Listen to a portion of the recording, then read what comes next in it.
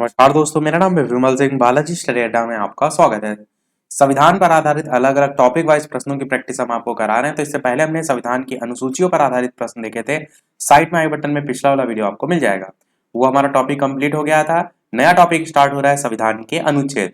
तो प्रश्न यहाँ पर टोटल जो है वो 107 है, जिसे हम लगभग 26-26 करके जो है वो प्रश्न देखेंगे, जिससे 4 पार्ट में आपके ये सभी 107 प्रश्न जो है वो समाप्त होंगे। तो आज के इस पहले पार्ट में हम 26 प्रश्न देखेंगे और एक प्रश्न हम आपसे भी पूछेंगे। तो चलिए स्टार्ट करते हैं प्रश्न नंबर 1 से।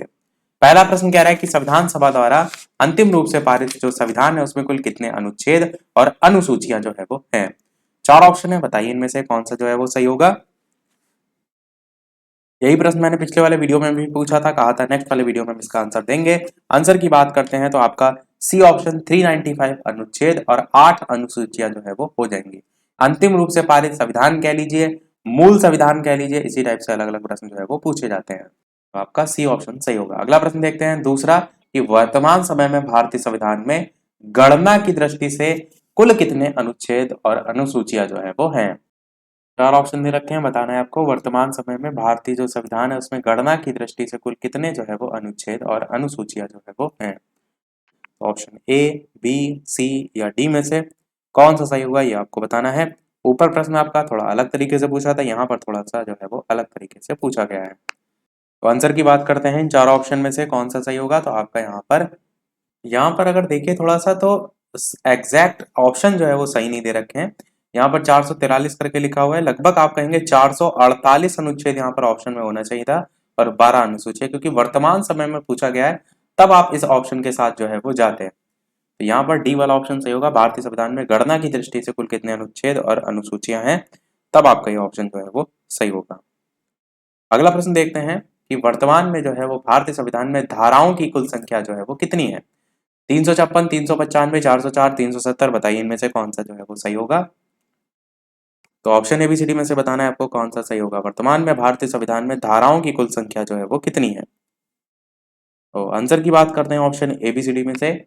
तो ऑप्शन के अकॉर्डिंग हम जाएंगे यहाँ पर 395 जो है वो धाराओं की संख्या के साथ। तो बी वाला आपका ऑप्शन यहाँ पर सही होगा। वर्तमान में भारतीय संविधान में धाराओं की जो है वो कुल संख्या। चौथा प्रश्न आपका है कि संविधान के किस अनुच्छेद में ये अंकित है कि इंडिया अर्थात जो भारत है वो राज्यों का एक संघ होगा। अनुच्छेद 1, अनुच्छेद 2, अनुच्छेद 3 या फिर अनुच्छेद 4, बताइए इनमें से कौन सा जो है वो सही होगा।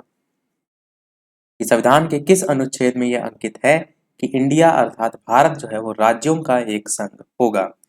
अच्छा प्रश्न है, बताइए इनमें से कौन सा सही होगा। आंसर की बात करते हैं तो पहले ही अनुच्छेद में ये जो है वो वर्णन किया गया है। अनुच्छेद 1 ए वाला ऑप्शन आपका सही होगा। अगला प्रश्न 5 कह रहा है कि संविधान के अनुच्छेद 1 में भारत जो है उसको क्या कहा गया है। बताइए, परिसंघ कहा गया है, महासंघ कहा गया है, परिसंघ, प्रबल एकात्मक आधार के साथ या फिर राज्यों का संघ। तो संविधान के अनुच्छेद 1 में भारत को क्या कहा गया है ये आपको बताना है। बताइए ऑप्शन एबीसीडी में से कौन सा सही होगा। आंसर की बात करते हैं इन 4 ऑप्शन में, तो आपका राज्यों का संघ कहा गया है। और वही ऊपर हमने एक लाइन भी देखी थी, इंडिया अर्थात जो भारत है वो राज्यों का एक संघ होगा। यही अनुच्छेद 1 में कहा गया है और यही प्रश्न यहाँ पर जो है वो पूछा भी गया था। अगला प्रश्न 6 देखते हैं कि भारतीय संविधान में के किन अनुच्छेदों में नागरिकता संबंधी प्रावधान जो है वो किए गए हैं।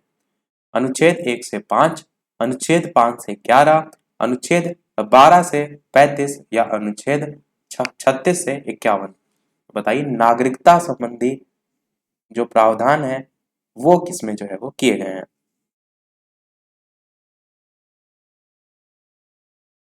आंसर की बात करते हैं ऑप्शन एबीसीडी में से कौन सा जो है वो सही होगा। तो आप क्या कहेंगे, नागरिकता संबंधी प्रावधान अनुच्छेद 5 से 11 में जो है वो किए गए हैं। और यहाँ पर बात हुई है नागरिकता की, तो नागरिकता से संबंधित एक विधेयक बहुत चर्चा में रहा था जिसका नाम है नागरिकता संशोधन अधिनियम 2019, जिसे हम इंग्लिश में सिटीजन अमेंडमेंट एक्ट यानी कि सीएए के नाम से जो है वो जानते हैं। नाम आपने अवश्य सुना होगा क्योंकि काफी जो है इस पर बहस छिड़ी थी। पारित करने की इसकी तिथि थी 10 दिसंबर 2019 की और अधिनियमित जो है ये राज्यसभा के थ्रू हुआ था और पारित करने की जो तिथि थी फाइनल वो 11 दिसंबर 2019 जो है वो थी। इस जो अधिनियम था इसमें संशोधन 1955 वाला था, यानी कि नागरिकता अधिनियम 1955 था, उसमें संशोधन करने के लिए जो है इसको लाया गया था।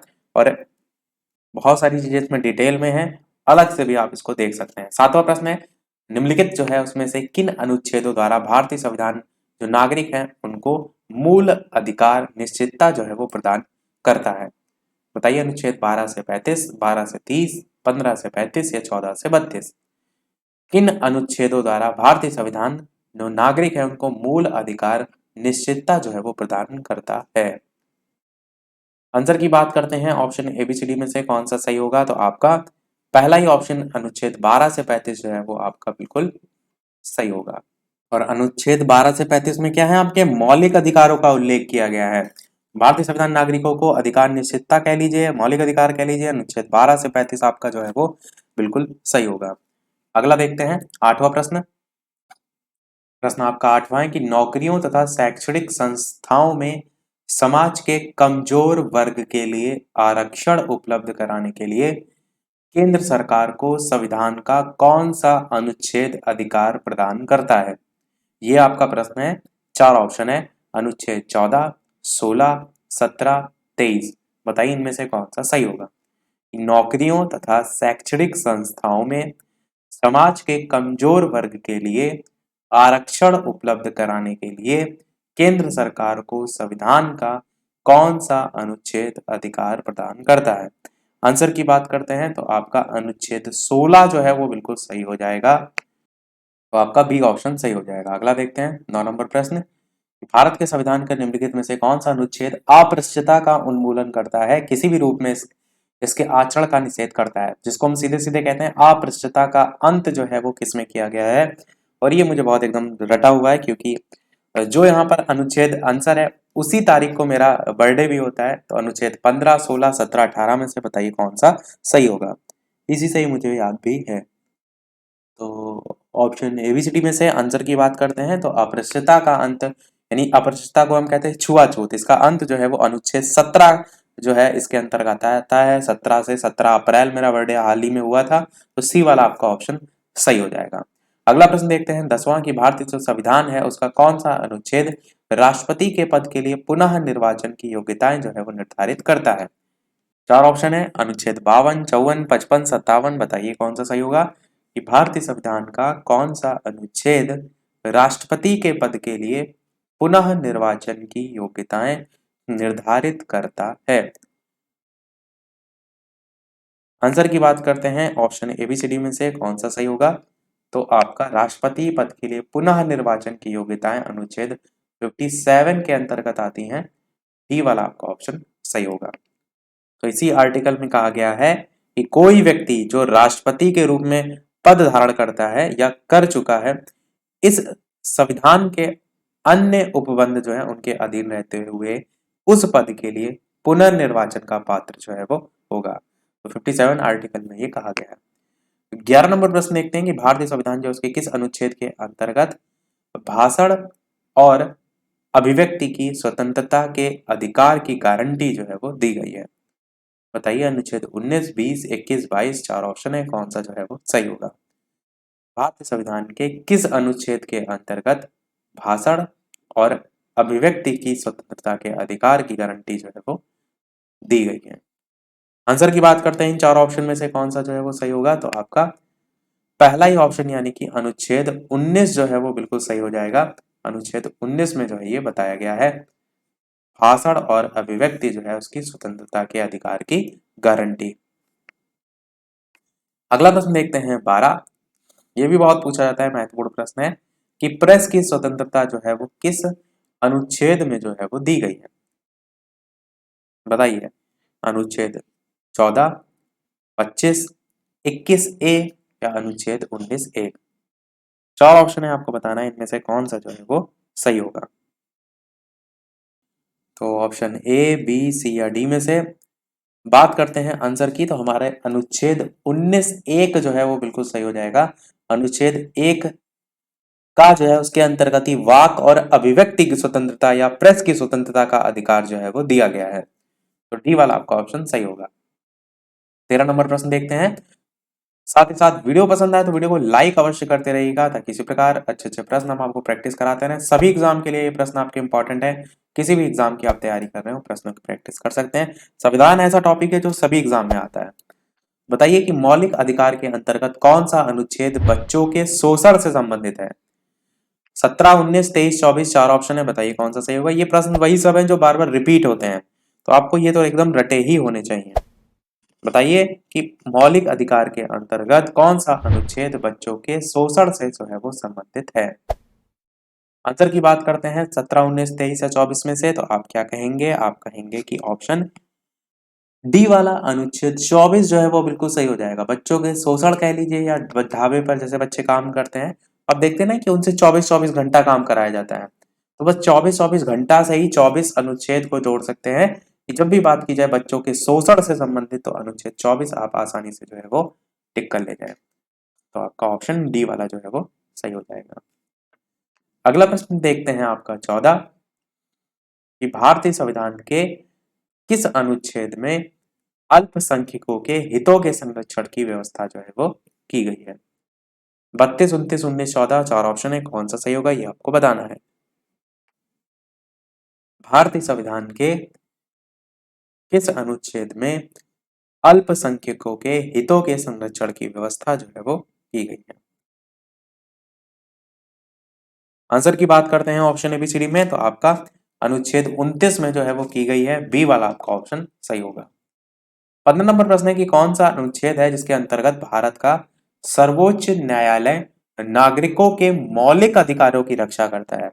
यह भी प्रश्न बहुत अच्छा है, बहुत से कॉम्पिटेटिव लेवल में पूछा गया है। बताइए 74, 61, 54, 32 कौन सा सही होगा? कौन से अनुच्छेद के अंतर्गत भारत का सर्वोच्च न्यायालय नागरिकों के मौलिक अधिकारों की रक्षा जो है वो करता है? आंसर की बात कर लेते हैं ऑप्शन एबीसीडी में से, तो बिल्कुल आपका यहाँ पर ऑप्शन डी वाला अनुच्छेद 32 जो है वो बिल्कुल जो है वो सही होगा। और अनुच्छेद 32 को क्या कहा जाता है? इसको कहा जाता है संवैधानिक उपचारों का अधिकार। तो ये आपका एक क्या है? मौलिक अधिकार है, जो कि प्रत्येक नागरिक को, भारत के प्रत्येक नागरिक को संविधान द्वारा मान्यता प्राप्त जो अन्य मौलिक अधिकार है उनको लागू कराने के लिए जो सर्वोच्च न्यायालय है उसके समक्ष याचिका दायर करने का अधिकार जो है वो देता है। तो वही यहाँ पर पूछा गया था कि सर्वोच्च न्यायालय नागरिकों के मौलिक अधिकारों की रक्षा करता है। 16 नंबर प्रश्न आपका है कि भारतीय संविधान के किन अनुच्छेद जो है उसमें राज्य के नीति निर्देशक जो तत्व हैं उनका उल्लेख किया गया है? ये भी ऐसा प्रश्न है जो बहुत पूछा जाता है। बताइए इनमें से कौन सा जो है वो सही होगा? ऑप्शन ए, बी, सी या डी में से। आंसर की बात करते हैं तो नीति निर्देशक तत्वों का उल्लेख अनुच्छेद 36 से लेकर 51 तक जो है वो उल्लेख किया गया है। सी वाला आपका ऑप्शन यहाँ पर सही हो जाएगा। अगला प्रश्न देखते हैं आपका 17, कि भारतीय संविधान के अंतर्गत कल्याणकारी राज्य की अवधारणा निम्नलिखित में से किस अनुच्छेद में जो है वो वर्णित है? और ऑप्शन है 31, 39, 49, 51 कौन सा जो है इनमें से सही होगा? कल्याणकारी राज्य की जो अवधारणा है वो किस अनुच्छेद में जो है वो वर्णित है? आंसर की बात करते हैं ऑप्शन एबीसीडी में, तो आपका अनुच्छेद 39 जो है वो बिल्कुल सही हो जाएगा। इसी के अंतर्गत जो है वो वर्णन किया गया है। अगला प्रश्न 18 कह रहा है कि भारतीय संविधान का कौन सा अनुच्छेद राज्य सरकारों को ग्राम पंचायत के गठन का निर्देश जो है वो देता है? ये जितने भी प्रश्न हैं सब रटने वाले हैं, तो आप कोशिश ये कीजिएगा कि जितने आज प्रश्न कराए जाए उनको एकदम याद कर लीजिएगा, ताकि आगे जब तक प्रश्न कराए जाए ये प्रश्न आपको रटे होने चाहिए। अनुच्छेद हैं, बार बार घूम फिर के बार बार पूछे जाते हैं यही सभी प्रश्न। तो ग्राम पंचायत के गठन का निर्देश जो है वो अनुच्छेद 40 के अंतर्गत जो है वो दिया गया है। डी वाला आपका ऑप्शन जो है वो बिल्कुल सही होगा। 19 नंबर प्रश्न है आपका कि 42वें संशोधन द्वारा संविधान के किस अनुच्छेद में मौलिक जो कर्तव्य हैं उनको जो है वो जोड़ा गया है? अनुच्छेद 51, 51A या फिर अनुच्छेद 29B या फिर अनुच्छेद 39C। बताइए इनमें से कौन सा जो है वो सही होगा? आंसर की बात कर लेते हैं ऑप्शन ABCD में से, तो आपका बी वाला ऑप्शन यानी कि अनुच्छेद 51A बिल्कुल सही होगा, जिसमें मौलिक कर्तव्यों का उल्लेख जो है वो किया गया है। ये भी ऐसा प्रश्न है जो बहुत जो है ज्यादा रिपीट होता रहता है। 20 नंबर प्रश्न कह रहा है कि भारतीय संविधान के किस अनुच्छेद में मौलिक कर्तव्यों की चर्चा जो है वो की गई। अब देखिए ऊपर पूछा गया है संशोधन करके कि 42वें संविधान संशोधन द्वारा, यहाँ पर डायरेक्ट मौलिक कर्तव्यों की चर्चा पूछ लिया गया है, तो आंसर थोड़ा नहीं बदलेगा। आंसर तो यहाँ भी अनुच्छेद 51A ही आपका जो है वो सही हो जाएगा। अगला प्रश्न 21 है कि संघ की कार्यपालिका शक्ति राष्ट्रपति में निहित होगी, जिनका प्रयोग वह स्वयं या अपने अधीनस्थ अधिकारियों के द्वारा जो है वो करेगा। तो ये किस अनुच्छेद में जो है वो बताया गया है, बताइए इनमें से कौन सा सही होगा। उत्तर की बात कर लेते हैं तो अनुच्छेद 53 जो है आपका बिल्कुल सही हो जाएगा, इसी में जो है वो बताया गया है। अगला देखते हैं आपका प्रश्न नंबर 22 कि भारत के संविधान के कौन से अनुच्छेद में भारत के राष्ट्रपति के महाभियोग के प्रावधान के बारे में जो है वो उल्लेख किया गया है। बहुत ही बढ़िया प्रश्न है, बताइए राष्ट्रपति के महाभियोग के बारे में के प्रावधान जो है उसके किसके में उल्लेख किया गया, किस अनुच्छेद में। 51, 61, 54, 63 कौन सा जो है वो सही होगा। आंसर की बात करते हैं इन चारों ऑप्शन में से कौन सा सही होगा, तो आप क्या कहेंगे अनुच्छेद 61 आपका जो है वो बिल्कुल सही होगा। राष्ट्रपति के महाभियोग के प्रावधानों के बारे में इसमें उल्लेख जो है वो किया गया है। 23 नंबर प्रश्न कह रहा है कि संविधान के किस अनुच्छेद में उपराष्ट्रपति पद का प्रावधान जो है वो किया गया है। बताइए संविधान के किस अनुच्छेद में उपराष्ट्रपति पद का प्रावधान किया गया है। तो आंसर की बात करते हैं इन चारों ऑप्शन में से कौन सा सही होगा, तो आप क्या कहेंगे अनुच्छेद 63 जो है आपका, इसमें यह उपबंध किया गया है कि भारत का एक उपराष्ट्रपति होगा। और साथ ही साथ एक अनुच्छेद है 64 और एक है आपका 89, ये उपबंध करता है कि भारत का जो उपराष्ट्रपति है वो राज्यसभा का पदेन सभापति होगा, क्योंकि ये भी बहुत पूछा जाता है, और कोई अन्य लाभ का पद वो धारण जो है वो नहीं करेगा। तो ये दोनों अनुच्छेद जो मैंने बताए अलग अलग ध्यान रखेगा। 24 नंबर प्रश्न है संविधान के किस अनुच्छेद के अंतर्गत मंत्रीगण सामूहिक रूप से लोकसभा के प्रति उत्तरदायी हैं। 73, 74, 75 या 76 बताइए इनमें से कौन सा जो है वो सही होगा।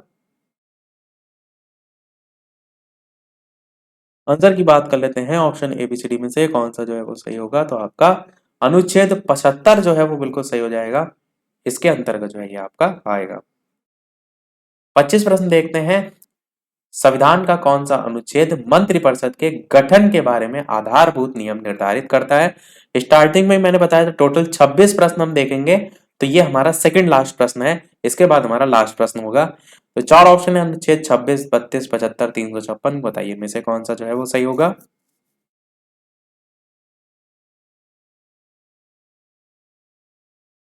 आंसर की बात कर लेते हैं ऑप्शन ABCD में से कौन सा जो है वो सही होगा, तो आप क्या कहेंगे, आप कहेंगे अनुच्छेद 75 आपका बिल्कुल सही होगा। तो कौन सा अनुच्छेद मंत्रिपरिषद के गठन के बारे में आधारभूत नियम निर्धारित करता है, तो अनुच्छेद 75 जो है ये निर्धारित करता है। देखते हैं हमारा अगला और इस वीडियो का लास्ट प्रश्न, और इसके बाद एक प्रश्न हम आपसे भी पूछेंगे, जैसे कि सभी वीडियो में हम आपसे एक ना एक प्रश्न पूछते हैं।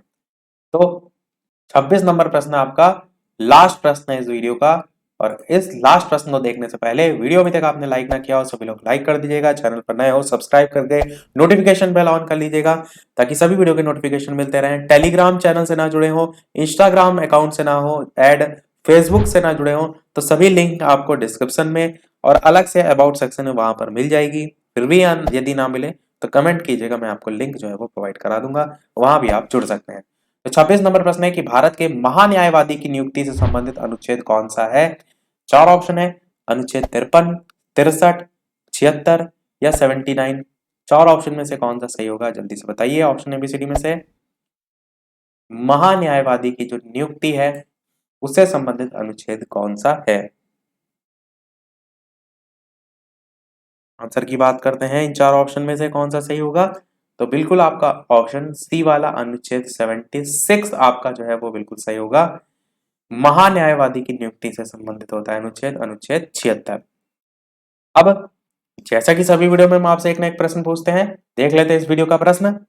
और भारत का महान्यायवादी की बात करें तो भारत सरकार का मुख्य कानूनी सलाहकार और भारतीय उच्चतम न्यायालय में सरकार का प्रमुख वकील होता है। इस चीज को थोड़ा सा ध्यान रखिएगा।